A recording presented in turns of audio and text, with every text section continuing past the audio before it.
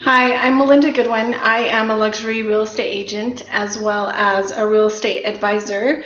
Every day I do videos here on YouTube to teach real estate agents how to market their hard to sell or luxury listings. The purpose of these videos is to help you sell that house, of course.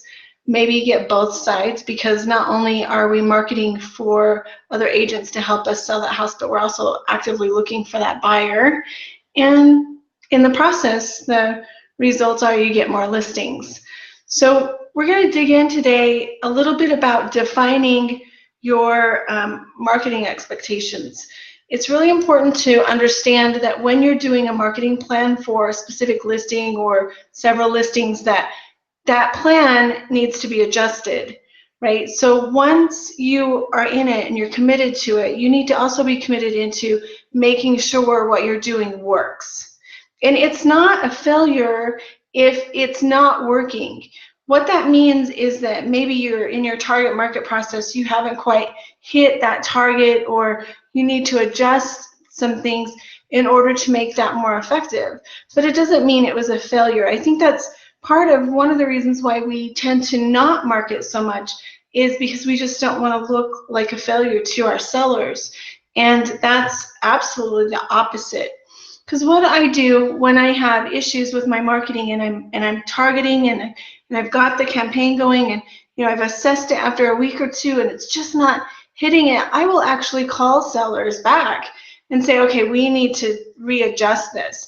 This is my statistics, this is what's happening, this is the area that we're just not hitting the target I want. So asking your sellers to help you through that process does two things.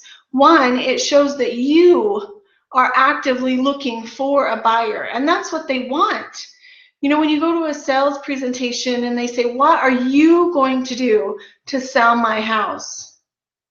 Right? That's the value they're looking for. So when you bring that seller into your marketing, they see that value. They understand that you're doing things, and you're going to, just by doing that, is going to set you apart from other real estate agents. So bring them in, show them your plan, and don't be afraid to say, I made a mistake. This just isn't working correctly. So I'm calling you in here so that we can, troubleshoot it. What should we do different? Where do you think the marketing dollars should go in order to be better effective? They may have some great answers, or they may have somebody they can call that will have better answers, or just you saying it out loud prompts an idea, and you're like, oh, wait just a minute, I've got this and this and this I can do. So it's so important to bring that connection in. So that shows your value, and that's what they're looking for, right? They're wanting that value, as well as it's giving the seller an opportunity to project some ideas. A lot of times, I see this over and over again, where a person gets a listing and then they put the sign up. The seller says, well, what about doing the open house? Yeah. Well, what about doing this? Yeah. What about doing that? No. You know what I'm saying? You can't do that. The seller wants to actively sell their house too.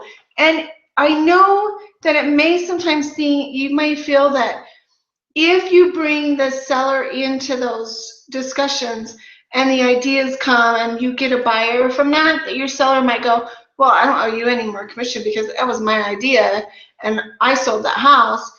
If you're consistently doing programs like this with every seller, they're not going to do that.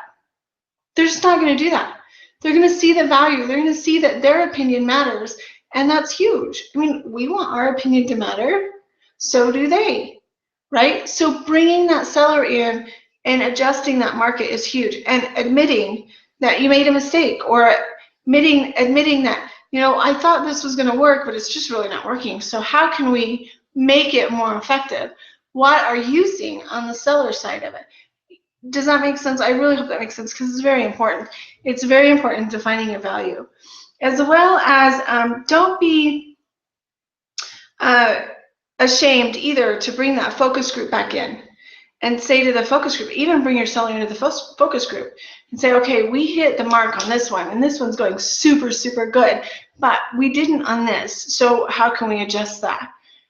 And that will be really good for your focus group as well. It gives your focus group a reason to discuss options. Oh, my timer. Okay, so remember, also, this is a #1 takeaway, is one technique for selling a specific house may not work for that house, but don't throw that technique away. Don't say, oh, well, I'm going to work. I tried that last week, it didn't work. And, oh, I tried that last week, it didn't work. And, oh, I'm just, don't throw that away. Those ideas may work for another house. It's just not working for this specific house. So understand that just because one idea doesn't work for this house, it may work for another house, so don't disregard it. I hear that over and over again. I've tried that, it doesn't work. I've tried that, it doesn't work. Well, it doesn't work because you tried it once. It was a wrong target on that specific house. Let's try it again. If our target market says that's what it needs to be, then let's try it again. Simple as that. Okay, tomorrow we're going to be talking about ways to adjust your marketing and how that will help as well. I am so happy you came and visited and able to watch my video. If you have any questions, comments, concerns, please feel free to do so. I am very good at constructive criticism, but we're all here to learn. That's it. We're here to learn. I'm here to help you make money. I'm here to help me make money. That's as simple as that. So see you tomorrow.